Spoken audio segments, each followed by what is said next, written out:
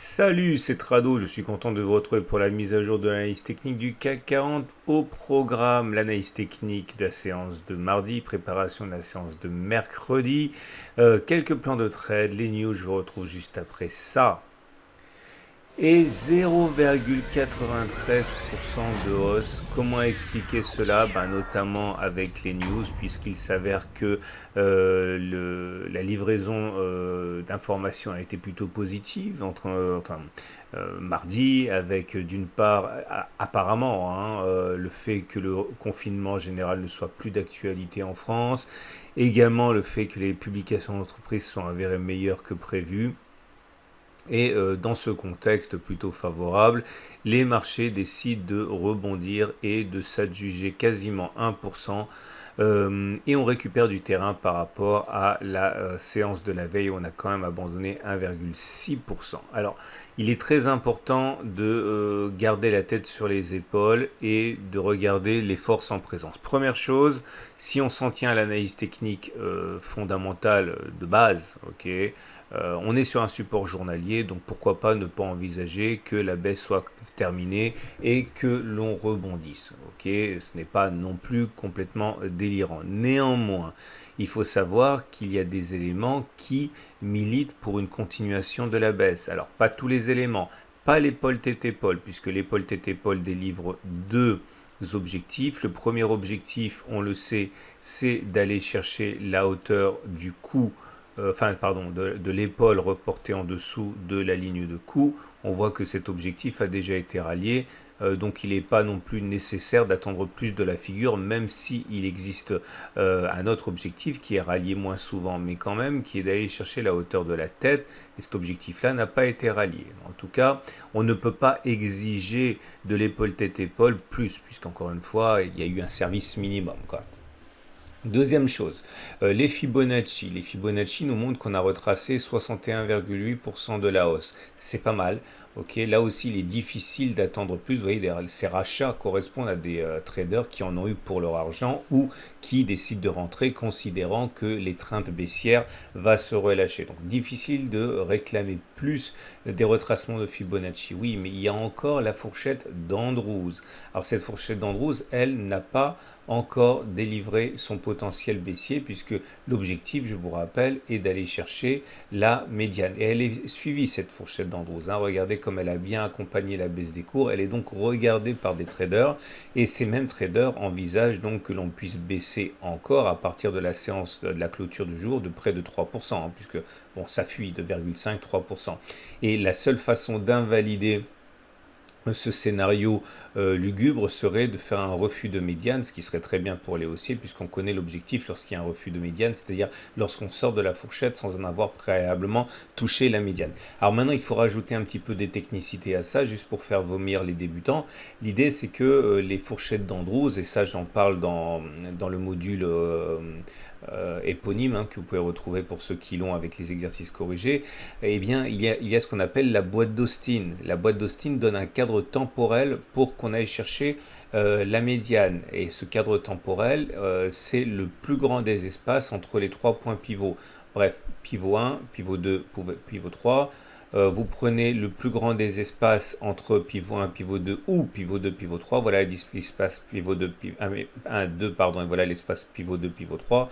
L'espace pivot 2, pivot 3 est plus large, donc c'est celui-là qu'on prend. Et ça, c'est notre cadre temporel pour aller chercher la médiane. Et comme vous pouvez le voir, ça y est, on n'est pas allé chercher la médiane.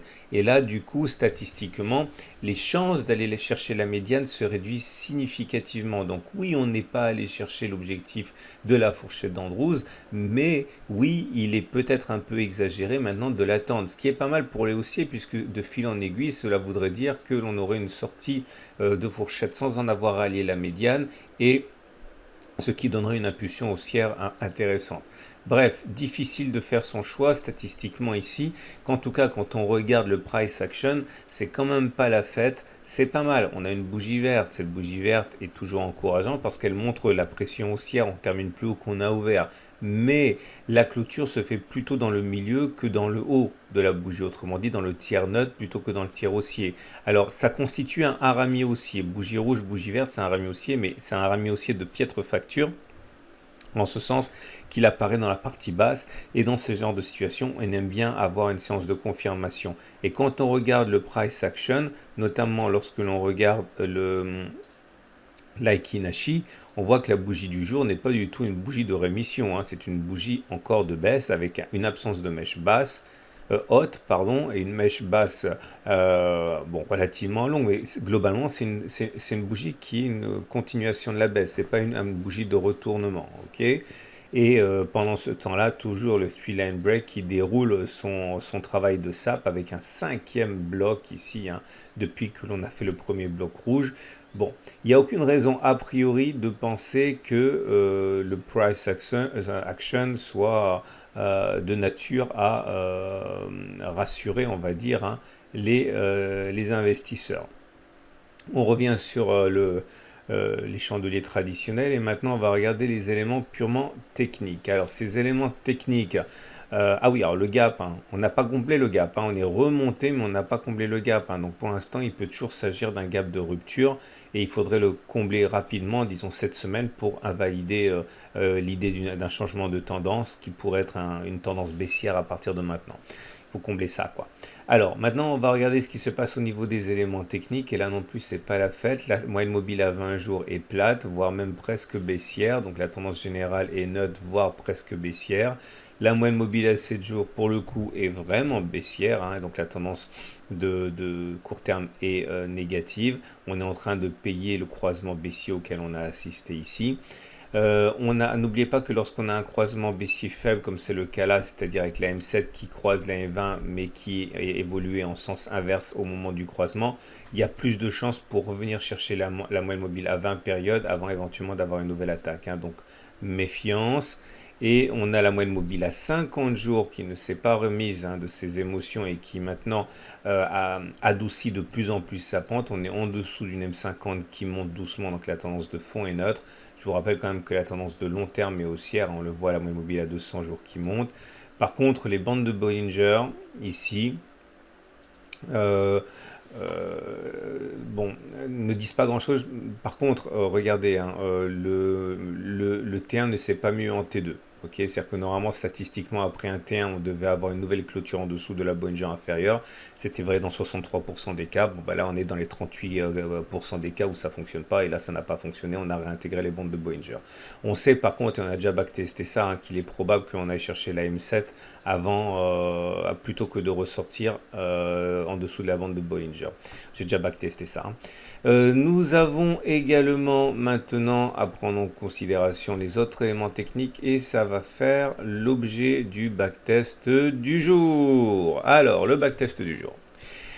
On a le stochastique qui vient de basculer en zone de survente. Que se passe-t-il lorsque le stochastique bascule en zone de survente? Eh bien, c'est ce qu'on va voir. Moi, je fais le pari que lorsque le stochastique sort en dessous de sa zone de survente, donc en dessous de 20, on a plus de chances de faire un nouveau plus bas par rapport à cette bougie-là que d'avoir le stochastique qui remonte au-dessus de la zone de survente. Ok, alors c'est toujours la même chose, c'est statistique, mais voilà, c'est ma façon de faire. Et si vous voulez un trading qui ne soit pas émotionnel, mais basé sur la loi des grands nombres et les probabilités, je vous invite à considérer ça.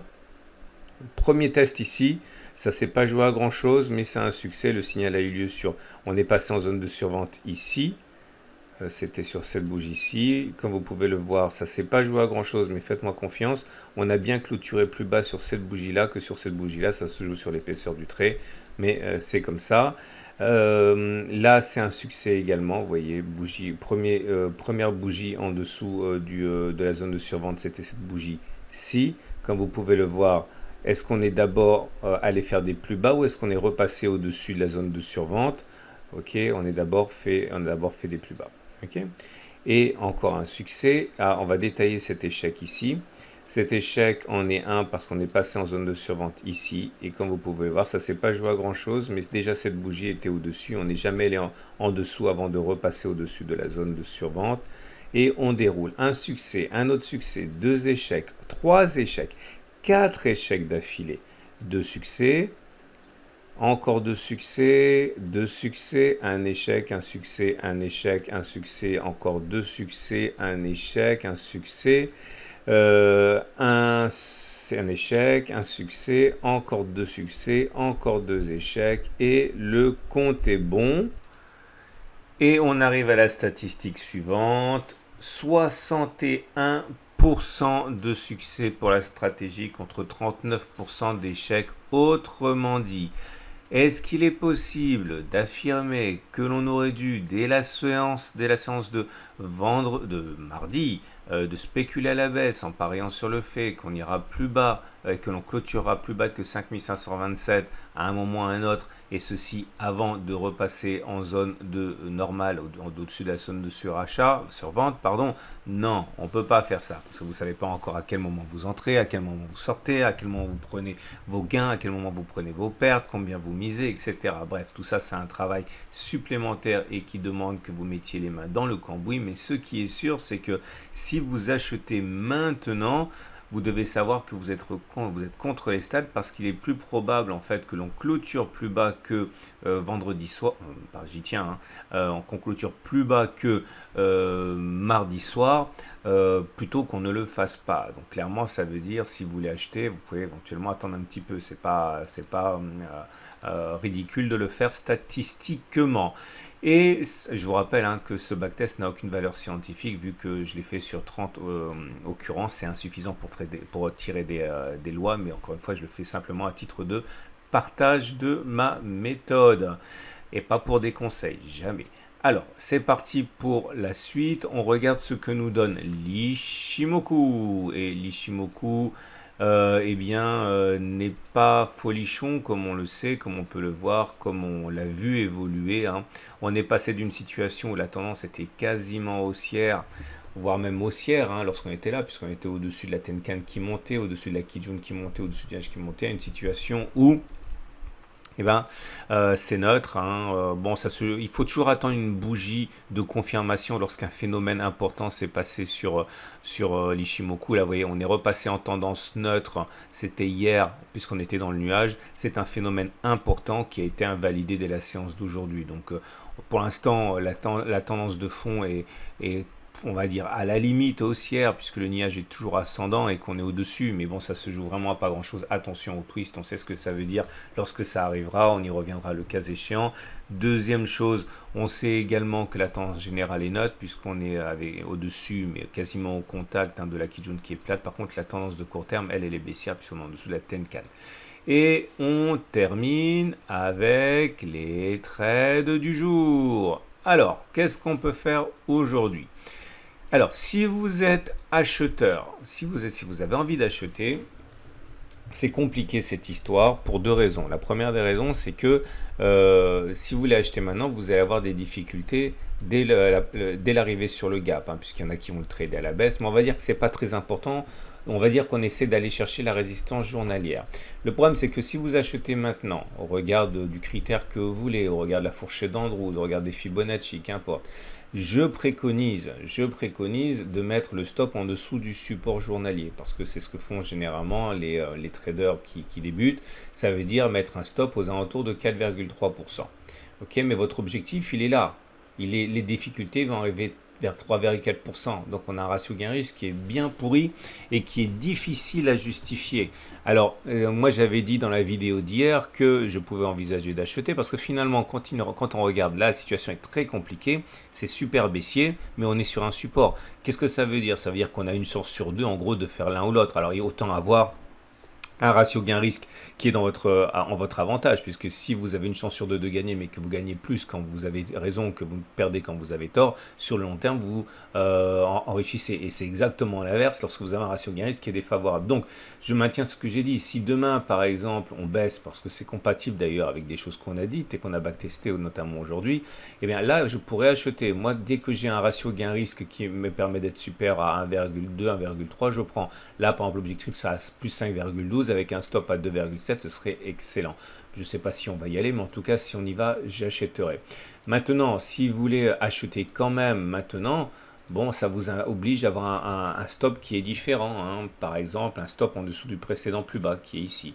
Là, dans ce cas, vous pouvez avoir un ratio gain-risque qui est supérieur à 1, avec un objectif à 3,4 et un stop à 1,8. Mais bon, c'est encore une façon de faire et c'est peut-être un petit peu plus risqué. De toute façon, vous pouvez aussi spéculer à la baisse. Alors pour spéculer à la baisse, moi je ne vois qu'une chose ici, c'est attendre que l'on se rapproche du gap. Ok, considérer qu'il va tenir, qu'il va un petit peu comme ce qui s'est passé aujourd'hui, hein, puisqu'on a été reflué à l'approche du gap. L'idée, ce serait de mettre un stop loss au-dessus du gap, mettons à 1,3%, en visant un retour sur le support journalier. Vous avez 1,7% de ratio de gain pour 1,3% de perte. Le ratio gain-risque, il est bon. Voilà, je vous souhaite une excellente journée. Je vous remercie d'être si nombreux à me mettre des pouces bleus. Et franchement, peut-être que je ne suis pas celui qui a le plus de pouces bleus, mais en tout cas, en termes de ratio visionnage pouce bleu, c'est un véritable honneur que de vous fournir ce travail. Voilà. À demain pour la mise à jour.